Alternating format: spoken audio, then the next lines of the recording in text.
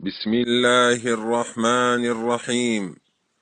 بل نقذف بالحق على الباطل فيدمغه فإذا هو زاهق ولكم الويل مما تصفون. صدق الله العظيم.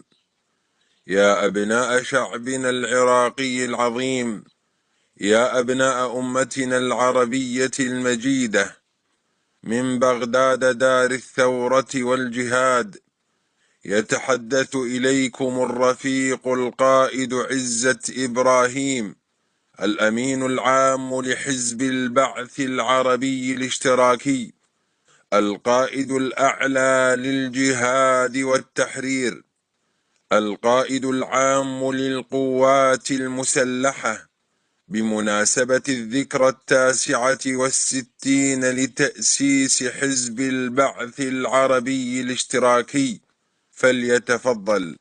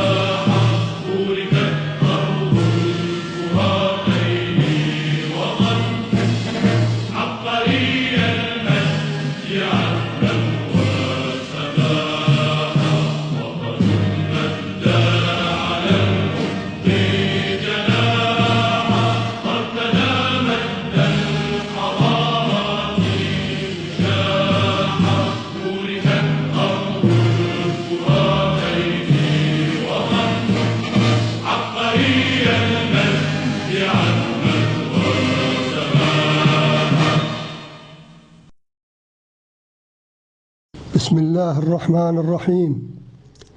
يا أبناء أمتنا العربية المجيدة، أيها المناضلون والمجاهدون في صفوف البعث المجيد في وطننا العربي الكبير، أيها الإخوة والأصدقاء والرفاق في أحزاب ومنظمات وتيارات الأمة الوطنية والقومية والإسلامية التحررية، تطل علينا اليوم مناسبة مجيدة عزيزة على قلوب الملايين من أبناء شعبنا وأمتنا العربية، وهي الذكرى 69 لتأسيس حزب البعث العربي الاشتراكي، ذكرى انطلاق المارد العربي القوي الأصيل الأمين على رسالة الأمة، الوفي لعقيدتها ومبادئها وأهدافها وقيمها ومثلها. حزب البعث العربي الاشتراكي حزب الأمة ورسالتها الخالدة. يا جماهير أمتنا المناضلة، في 7 نيسان عام 1947 انطلق البعث يرفع راية القومية العربية المؤمنة، يناضل من أجل تحقيق أهدافها في الوحدة والحرية والاشتراكية. لقد قدم هذا الحزب العظيم على مذبح وحدة الأمة وتحررها وحريتها وتقدمها مئات الآلاف من الشهداء، فعبد طريق النضال والكفاح لنهوض الأمة واستعادة دورها التاريخي الحضاري الإنساني بدماء وأرواح رجاله ومناضليه. وهو يمضي اليوم برجال صدقوا ما عاهدوا الله عليه، فمنهم من قضى نحبه ومنهم من ينتظر وما بدلوا تبديلا، برجال مناضلين ومقاتلين ومجاهدين إيمانهم بقضيتهم كإيمان الرعيل الأول من مؤسسيه ورجاله الأفذاذ، بل إيمانهم وعزمهم وحزمهم ووعيهم وصدقهم وإخلاصهم كإيمان وصدق وإخلاص رجال الرعيل الأول لحزب الرسالة الخالدة. أولئك الرجال الأفذاذ الأبطال الذين فتحوا مشارق الأرض ومغاربها وملأوها أمنا وأمانا وسلاما وعدلا وحرية وتقدما وحضارة. أيها المناضلون القوميون الوحدويون الأحرار في وطننا العربي الكبير وفي بلاد المهجر، يا جماهير شعبنا العراقي العظيم، إن بعث العروبة ورسالتها الخالدة كان وسيبقى مصنعا للرجال الأفذاذ التاريخيون الرساليون، وسيبقى ملهما لأجيال الأمة ومفجرا لمخزون طاقاتها وإبداعاتها. أيها المناضلون البعثيون في وطننا العربي الكبير وفي بلاد المهجر، لقد قاتل حزبكم قوى الغزو الإمبريالي الاستعماري الفارسي الصفوي في العراق برجال قل مثيلهم وعز وجودهم اليوم، رجال صبر في الحرب صدق في اللقاء، لا تأخذهم في حقهم المشروع وحق شعبهم لومة لائم، كما وصفهم القائد المؤسس الرفيق أحمد ميشيل عفلق رحمة الله عليه. فحياتهم كما يقول تمثل خطا مستقيما لا فرق بين ظاهرها وباطنها ولا تناقض بين يومها وأمسها، فلا يقال عن أحدهم نعم سارق، ولكنه يخدم وطنه وأمته، ولا يقودون في الصباح مظاهرة ويأكلون في المساء على مائدة الظالمين. الصلابة في الرأي صفة من أجل صفاتهم، فلا يقبلون في عقيدتهم هوادة ولا يعرفون المسايرة، فإذا رأوا الحق في جهة عادوا من أجله كل الجهات الأخرى، وبدلا من أن يسعون لإرضاء الناس أغضبوا كل من يعتقدون بخطئه وفساده. إنهم قساة على أنفسهم قساة على غيرهم، إذا اكتشفوا في فكرهم خطأ رجعوا عنه غير هيابين ولا خجلين، لأن غايتهم الحقيقة لا أنفسهم.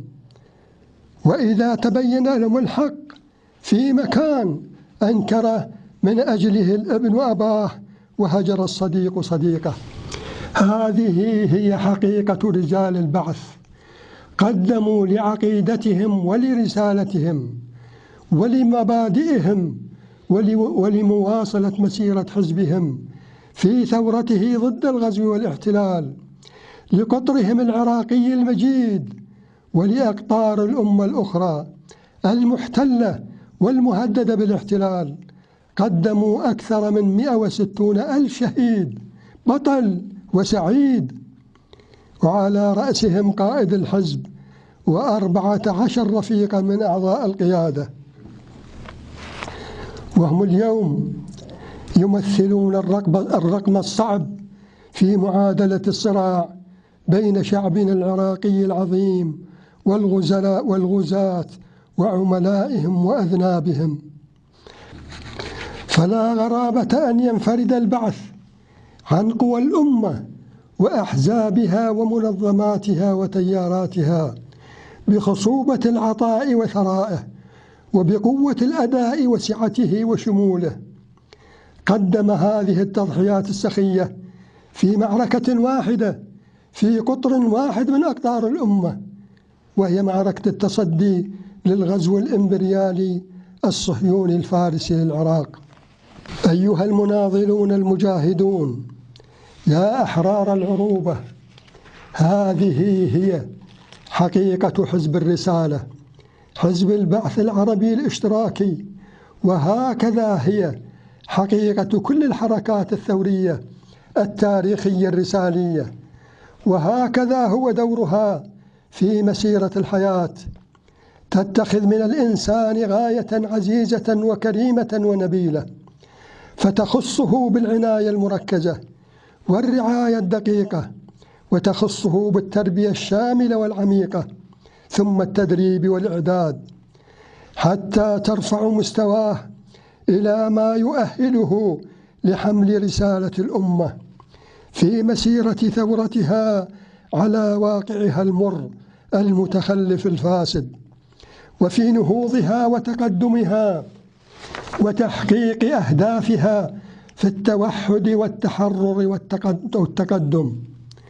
فالإنسان عند البعث هدفا ساميا عزيزا ومقدسا، وهو في نفس الوقت وسيلة شريفة وعفيفة وطاهرة لتفجير ثورة الأمة وقيادتها ضد الاستعمار وضد الظلم والاستبداد والتعسف والتأخر والتخلف، ومن أجل التوحد والتحرر والتقدم، ومن أجل تحقيق الأمن والأمان والسلام والحرية والعدل والمساواة، ومن أجل إعمار الأرض وازدهارها وتحقيق إنسانية الإنسان وسعادته عليها.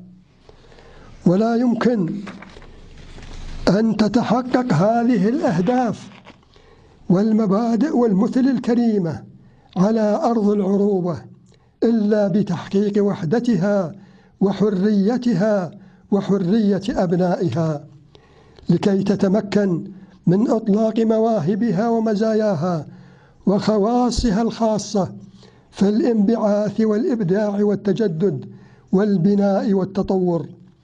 ولا يمكن لأي قطر عربي أن يحقق جزءا من هذه الأهداف والمبادئ مهما أوتي من إمكانات، منفردا عن جهد الأمة الجماعي ومسيرتها الموحدة.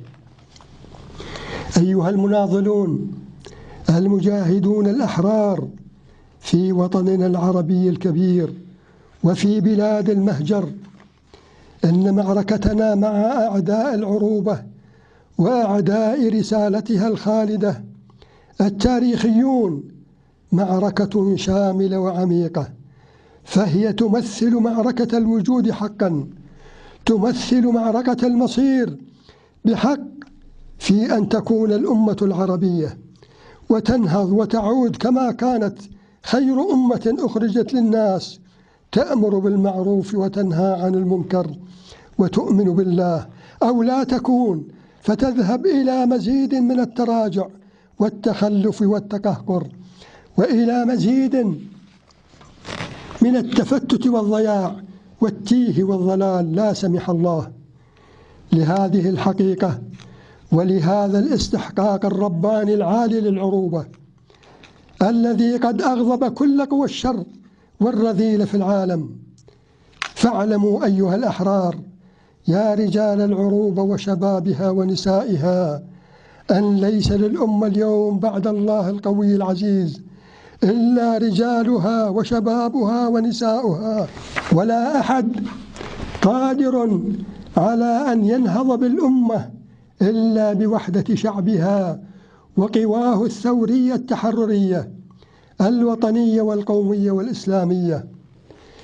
فإني أدعو في هذه المناسبة التاريخية الكريمة رجال الأمة وشبابها ونسائها إلى وحدة نضالية كفاحية تحررية شاملة تمتد من موريتانيا على شواطئ الأطلسي إلى البحرين على شواطئ الخليج العربي، تتحطم على صخرتها كل المشاريع الاستعمارية البغيضة الهادفة إلى تكبيلها وتحطيم إرادتها واستنزاف طاقاتها وتجزئتها ونهب خيراتها.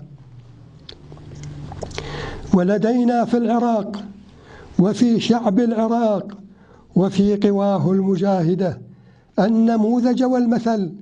لقد ثبت هذا الشعب العظيم عبر وحدة ثواره وأحراره أمام الغزو الأممي لبلده، وأثبت وجوده الفاعل في كل ميادين المنازلة مع الغزاة البغاة، وخاصة في الميادين السياسية والعسكرية، وعلى امتداد 13 عام من الصراع المر. وكان ولا يزال ذلك التوحد لشعبنا الثائر متجسدا في جبهته الوطنية والقومية والإسلامية، وفي المجلس السياسي العام لثورته المسلحة، وما يجري من تنسيق بينهما وبين قوى المقاومة والمعارضة الأخرى.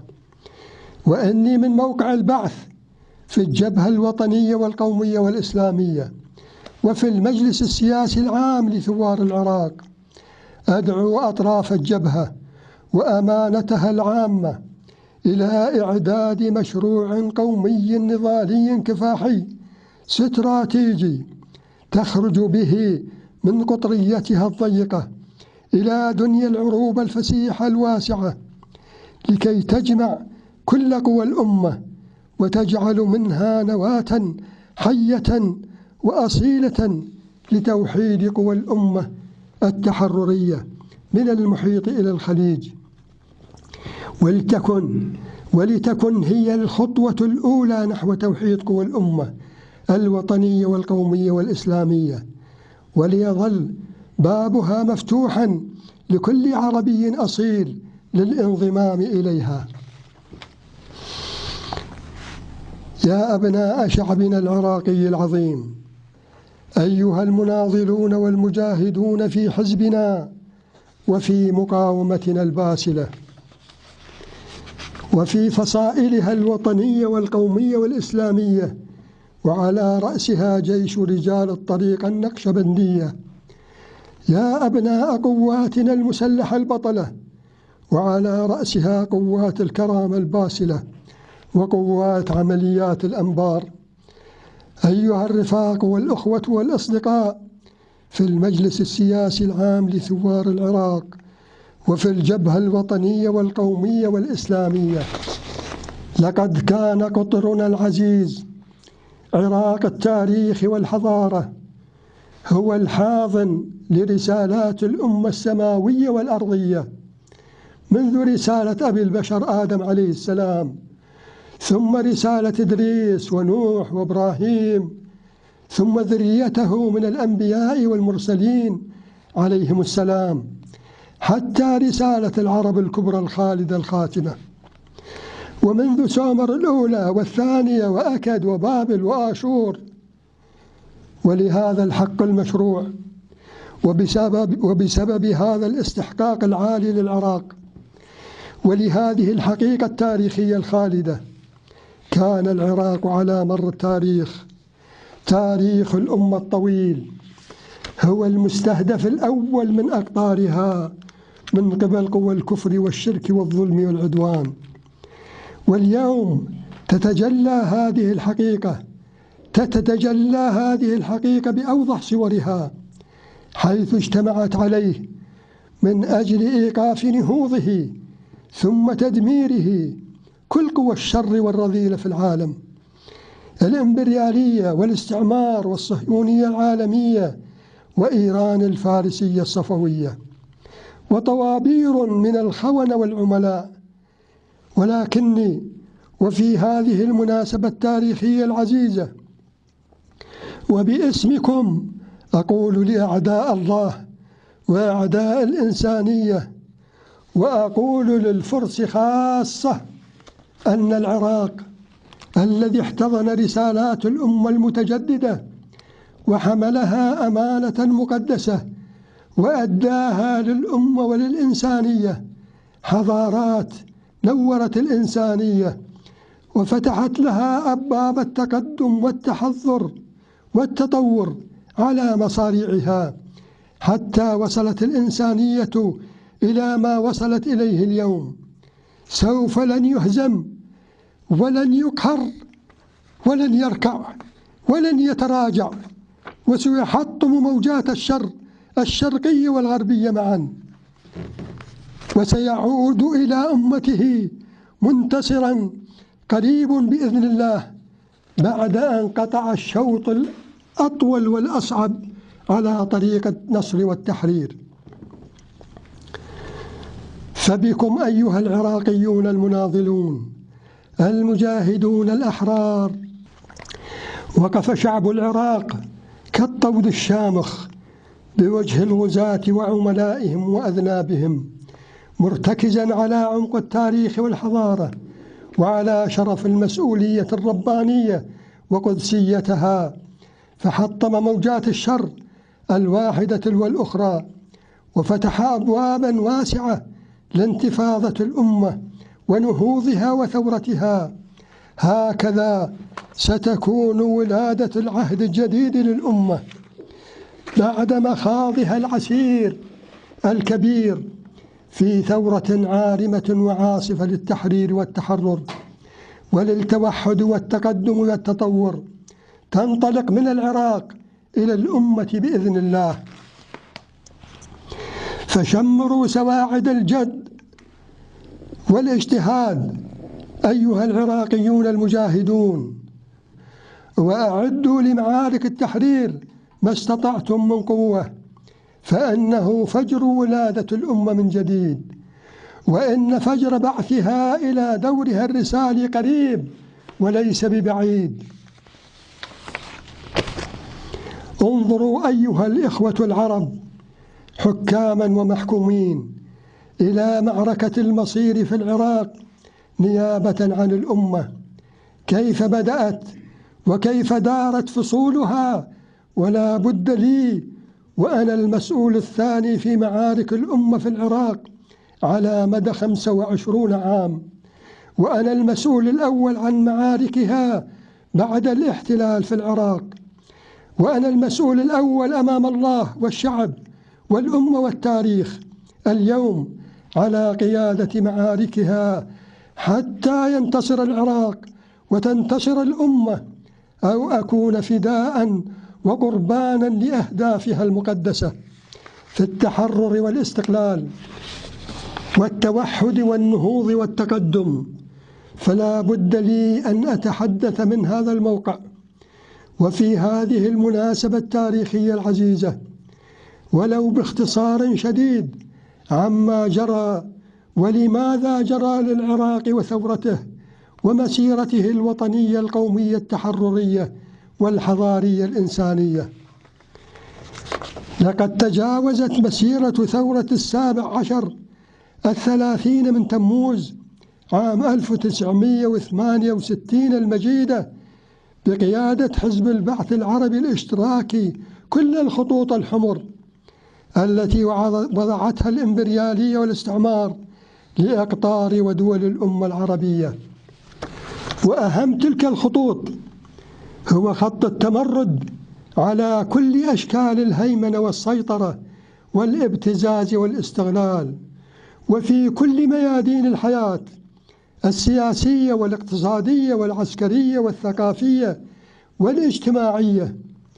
ولأول يوم في تاريخ الأمة الحديث بل ومنذ قرون يصبح أحد أقطار الأمة حرا مستقلا يملك كامل الإرادة في التعبير عن أهدافه الوطنية والقومية والإنسانية، مما جعله نموذجا مشعا تهوي إليه أفئدة أحرار الأمة وشبابها وكل أحرار العالم المناضلين من أجل الحرية والتحرر والاستقلال والتقدم والتطور. مما أذهل وأرعب تلك القوى الاستعمارية الظلامية الباغية الخط الثاني الذي تجاوزته المسيرة بقيادة البعث هو تركيز الثورة على خلق الإنسان الجديد، الإنسان العالم المتعلم والعارف الواعي لمسؤوليته التاريخية ودوره في مسيرة بعث الأمة وتجديد حياتها وتحقيق أهدافها. وعلى هذا الأساس أيها المناضلون، على هذا الأساس بني الجيش العراقي الوطني القومي المهني العقائدي العظيم الذي أرعب تلك القوى وأقلقها على مدى 35 عام، وعلى هذا الأساس أنشأنا جيش العلماء والخبراء والباحثين والمبدعين، وفي كل ميادين الحياة، في الصناعة والزراعة والتجارة والبناء والاقتصاد والتربية والإعداد. والخط الثالث الذي تجاوزه البعث في العراق هو الخط الذي تراجعت جميع الدول العربية والإسلامية دونه، وهو الالتزام الصارم بالقضية الفلسطينية بكل عمقها وشمولها وبكل أبعادها، باعتبارها قضية الأمة المركزية قولا وفعلا. وأقول يكفي الإمبريالية والاستعمار وكل أعداء الأمة تجاوز خط واحد من هذه الخطوط لشن حرب عالمية على العراق وثورته ومسيرته. هذه هي أهم الأسباب الحقيقية الرئيسية لغزو العراق، وقد اختلقوا لغزوهم الذرائع الواهية بحملة تضليلية معيبة ومخزية لهم ولشعوبهم ولتاريخهم فاقت التصور، حتى ظللت إدارة المجرم بوش وزير خارجيتها، وهكذا ظلل ودجل بلير على حكومته وشعبه لكي يرتكبوا أبشع جريمة إنسانية في العصر الحديث. أيها المناضلون، أيها المجاهدون، يا أبناء شعبنا العراقي العظيم، يا أبناء أمتنا العربية المجيدة، كيف تعامل الغزاة مع العراق بعد غزوه، وكيف عبروا عن حقدهم وعن أهدافهم الشريرة. قد فتحوا آلة الحرب الحديثة بكل طاقاتها القصوى للتخريب والتهديم والتدمير، وأشعلوا الحرائق وفتحوا الأبواب على مصاريعها للعملاء والخونة، وما رافقهم من غواء لحرق كل المعالم الحضارية التي بناها البعث، فنهبوا كل أموال الدولة، دمروا المصانع والمزارع ودوائر الدولة ومؤسساتها ومقراتها. أول قرار اتخذوه هو حل حزب البعث ووضعه تحت الاجتثاث ليعزلوا الشعب في ظنهم عن قيادته، ثم تصفية قيادته والقيادات التي تليها، حتى وصل عدد شهداء الحزب في عام 2014 إلى أكثر من 160,000 شهيد. والقرار الثاني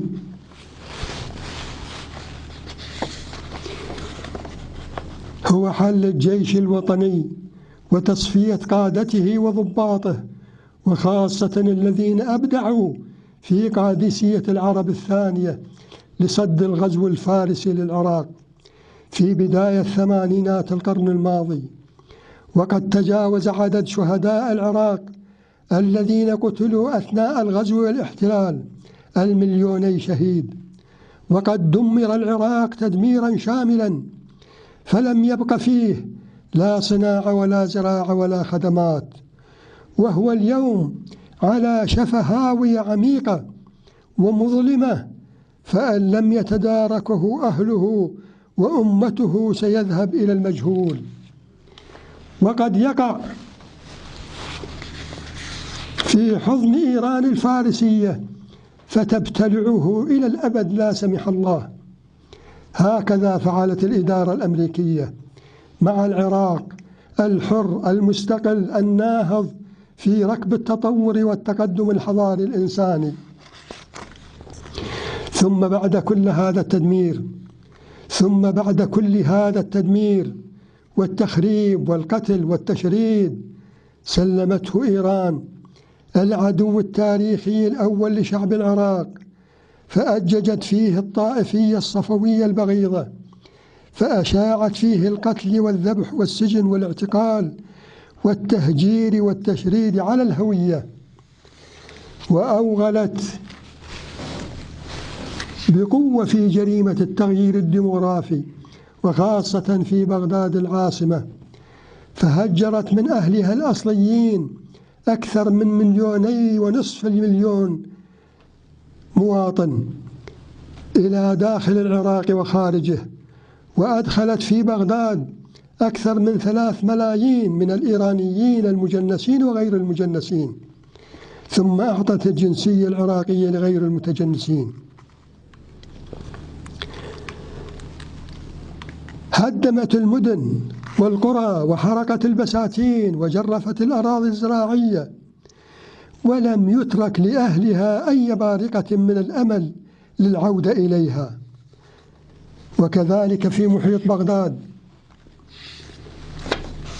وكل هذه الأمور تجري علني ورسمي وبحماية ورعاية الحكومة الصفوية، بل بتوجيه منها، بل بتسابق، بل يتسابق أطرافها حد الاقتتال فيما بينهم لإرضاء إيران وتنفيذ أوامرها.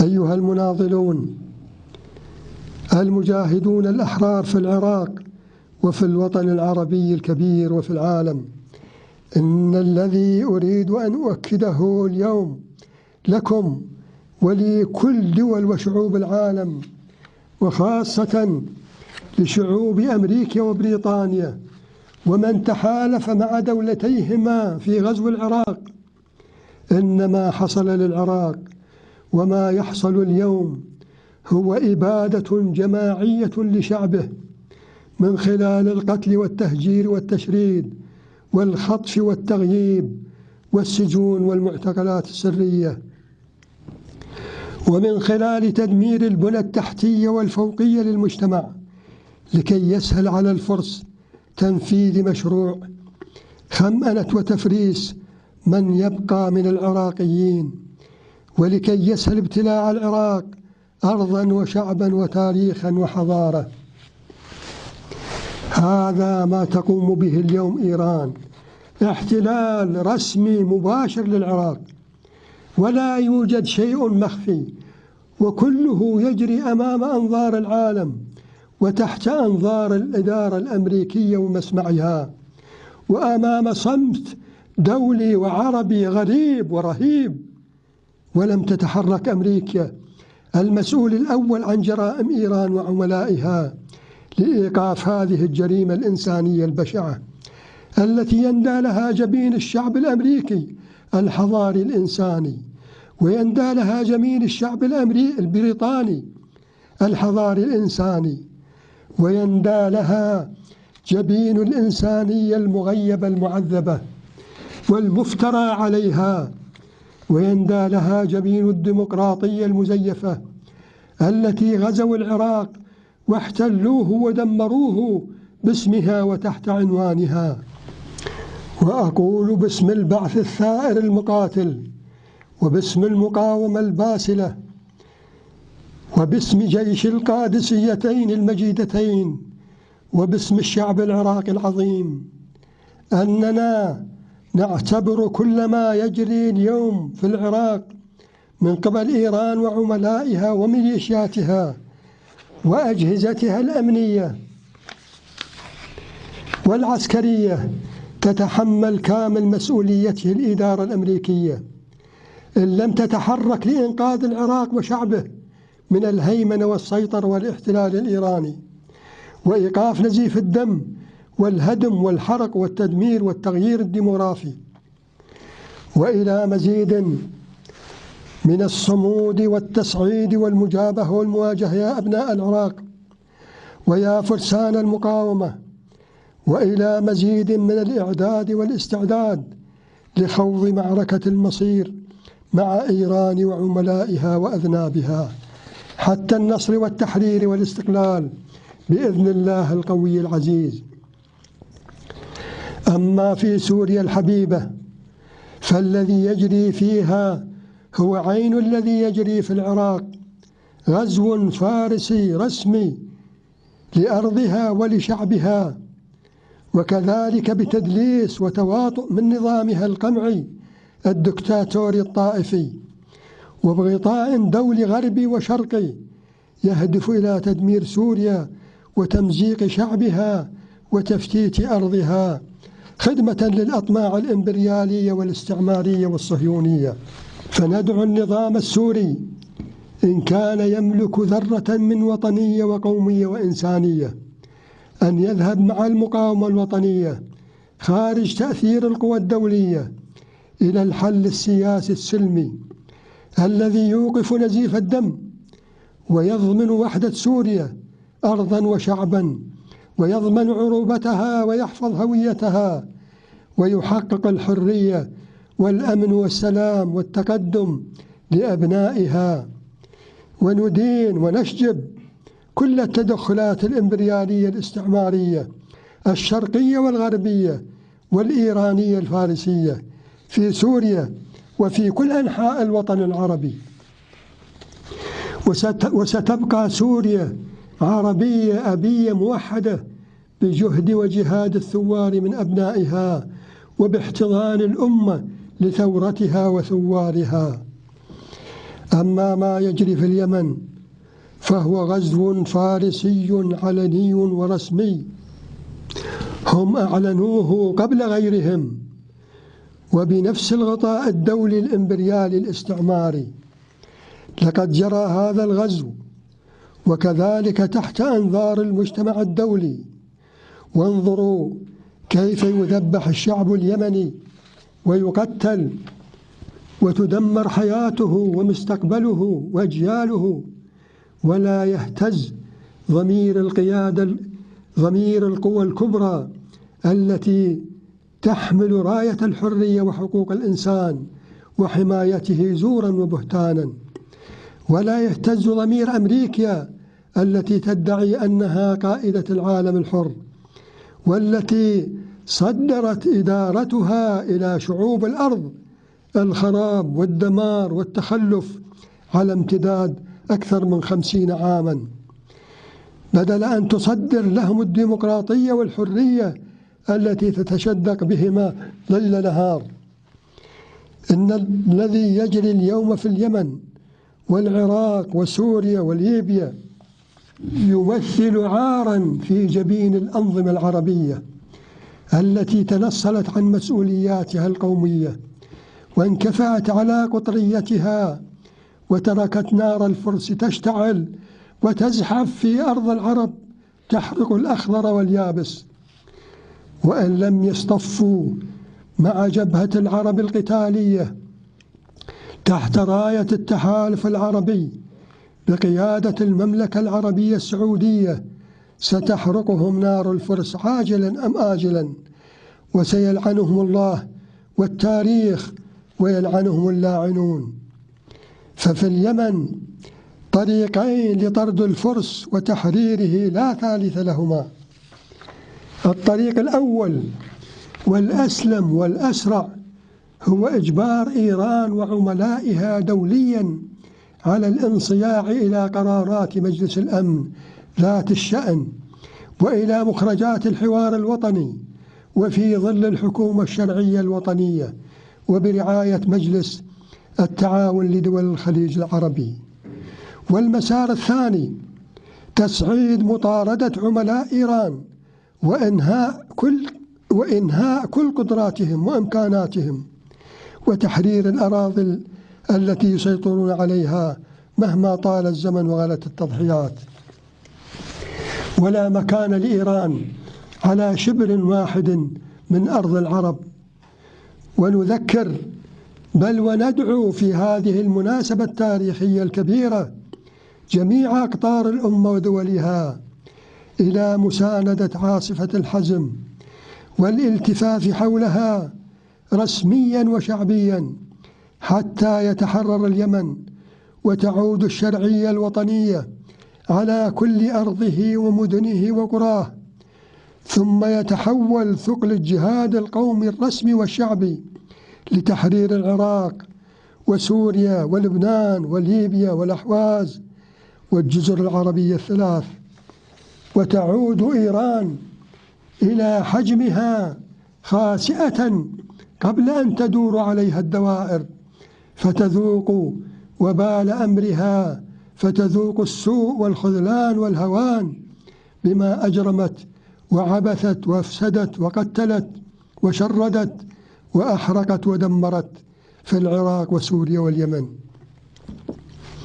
أما ما يجري في ليبيا فهو نتاج طبيعي ومؤكد للغزو الأطلسي لها، الذي حذرنا في وقته المعارضة الليبية من اللعب في النار في اتكائهم على قوى الاستعمار لتغيير نظام بلدهم، كما فعل عملاء الاستعمار في العراق. ففي ليبيا اليوم قد اختفت الدولة واختفت جميع مؤسساتها الحيوية، وكذلك ظهرت الطائفية والعرقية والقبلية والمناطقية وقوى الإرهاب بكل أشكالها. ففي ليبيا اليوم دويلات يرتبط بعضها بأجندات خارجية تهدف إلى المزيد من التدمير والتمزيق لأرض ليبيا وشعبها. ولا زال الحلف الأطلسي يتحكم ويوجه مسارات الصراع الداخلي لتحقيق أهدافه الشريرة. وإن لم يتوحد الشعب الليبي، وإن لم يحصل على دعم أشقائه العرب كما حصل لليمن ولسوريا وخاصة من دول المغرب العربي، ستزداد الحرائق في ليبيا وستزحف إلى تونس والجزائر فتحرقهم، وسيندم الحكام في تونس والجزائر يوم لا ينفع الندم لا سمح الله. وأما ما حصل في مصر ويحصل اليوم فعلينا أن نقف عنده طويلا، وذلك لخواص تختص بها مصر من بين دول الأمة وأنظمتها. والميزات التي تختص بها هي لحجمها ومستوى التطور الحضاري لشعبها الذي تجاوز 90 مليون من فضل الله، ثم لموقعها الجغرافي الاستراتيجي في وطن العرب الكبير في الوطن العربي الكبير. فهي تقع في قلب الأمة، وهي الجسر القوي الأمين الرابط بين مشرق الأمة ومغربها، وهي الجسر الرابط بين أقطار الأمة الأسيوية وأقطارها الإفريقية، وهي الدولة الأولى والأهم من دول المواجهة مع إسرائيل. ثم لعمقها التاريخي الحضاري، فهي كانت تمثل قاعدة الانطلاق لجيوش الفتح العربي نحو الغرب، كما كان العراق يمثل قاعدة انطلاق جيوش الفتح العربي نحو الشرق. ومن ميزاتها لقد كانت مصر على مدى التاريخ تمثل عمق الأمة العربية، فكانت تتحطم على صخرة جيوشها وشعبها موجات الغزو القادمة من الشرق أو القادمة من الغرب. لهذه الأسباب والميزات لا بد أن نتوقف عند مصر العروبة أكثر من غيرها من دول الأمة العربية. وقبل أن أبدأ حديثي عن مصر أقول لكي لا يخطأ أحد في فهم ما أقوله عن مصر العرب، إننا في حزب البعث العربي الاشتراكي ووفق عقيدتنا ومبادئنا أننا لا نفرق بين شبر وشبر آخر من أرض وطننا العربي الكبير، ولا بين جزء وجزء آخر، إلا لسببين لا ثالث لهما، وهما: الأول قيمة ما على تلك الأرض وفي باطنها من ثروات وكنوز بشرية وتاريخية وحضارية ودينية ومادية واقتصادية. وثانيهما الموقع الاستراتيجي داخل الوطن الكبير، مما يجعل ذلك الجزء من الوطن يمثل ركنا من أركان قدرة الأمة على الصمود والتحدي والنهوض. ولذلك فإني أعتبر مصر تمثل ركنا أساسيا من أركان قدرات الأمة وقاعدة من قواعد صمودها ونهوضها وتحديها لقوى العدوان التي تتربص بالأمة. لقد بدأ التآمر الإمبريالي الاستعماري الصهيوني على مصر العروبة منذ اليوم الأول لثورة يوليو عام 1952 الوطنية القومية، وخاصة عندما اتخذت قيادة الثورة منهجا وطنيا وقوميا تحرريا، ورفعت شعار تحرير الأمة وتوحيدها وبناء مجتمعها الاشتراكي الحضاري الإنساني القادر على تحقيق الأهداف الوطنية والقومية لمصر. فحاصروا مصر الثورة وشنوا عليها حربا قذرة عام 1956 بهدف إسقاط قيادتها وإيقاف تقدمها، ومنعوا عن جيشها السلاح، ومنعوا عن شعبها كل وسائل التنمية والبناء والنهوض، أي حاصروها اقتصاديا، ثم قاموا بأخس جريمة في محاولتهم لتجويع الشعب المصري وتركيعه، فأوقفوا صفقات الحبوب المشتراة لمصر في عرض البحر. ومنذ ذلك اليوم استمر التآمر على مصر حتى توفى زعيمها الوطني العربي الكبير جمال عبد الناصر رحمة الله عليه في ظروف غامضة لا نبرئ منها أعداء مصر الثورة آنذاك. فأخذوا حاكمها إلى كامب ديفيد، فوقع سك الاستسلام مع إسرائيل، فيخرج بهذه الضربة القاصمة العملاق الكبير مصر وجيشها من معركة الأمة المصيرية في فلسطين ومن كل معارك الأمة في وطنها الكبير، حتى جاءت ثورة الشعب والجيش في 25 يناير ثم 30 يناير، وكان الجيش مصر العربي الأبي الدور الحاسم في الثورتين. ففي الأولى تخلى عن نظام العميل حسني مبارك وانحاز إلى الشعب الثائر، وفي الثانية انحاز الشعب إليه لإنقاذ مصر من الفوضى والدمار والضياع، فجن جنون الإمبريالية والاستعمار، فضربوا طوقا على مصر في حصار سياسي واقتصادي وإعلامي وأمني وحتى عسكري، وذلك في تحريك قوى الإرهاب ودعمها لكي تشغل الجيش المصري عن واجباته الأساسية في الدفاع عن الأمن الوطني والقوم العربي، ولمزيد من الاستنزاف لموارد مصر الشحيحة.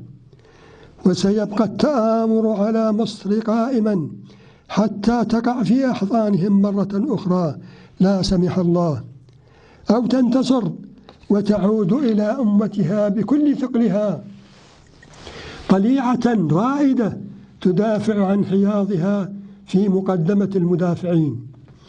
ولذلك فإني أنبه أحرار الأمة وجماهيرها وأنظمتها على أن لا يدعوا الأعداء يستفردوا بمصر وحدها، وعلى الجميع أن يهبوا لنجدتها.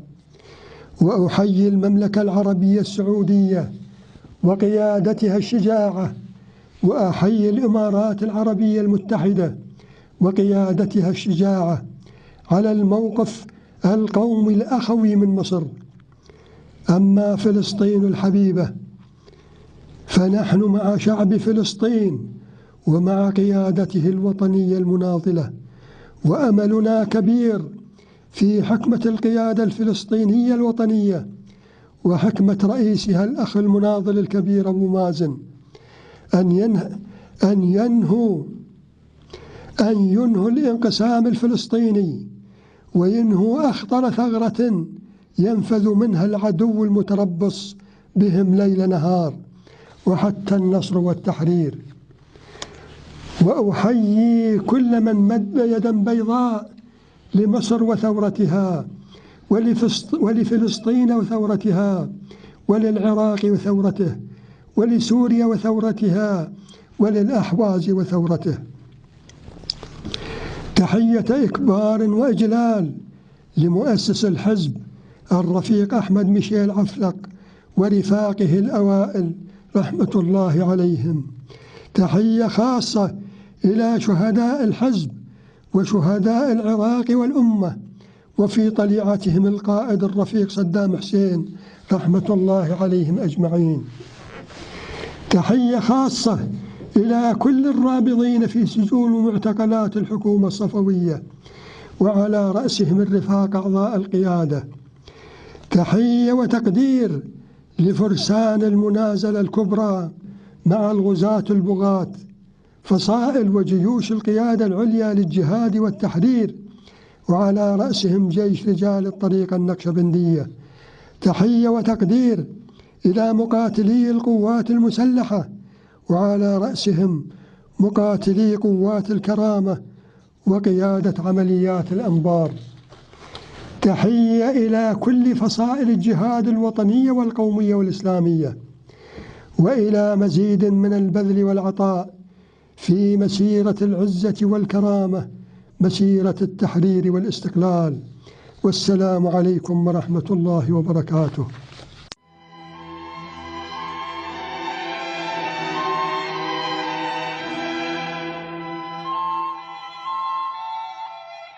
وقد عقد الرفيق القائد حفظه الله ورعاه اجتماعا بالمناسبة لقيادة قطر العراق للحزب، حضره الرفاق المقاتلون أعضاء القيادة العليا للجهاد والتحرير.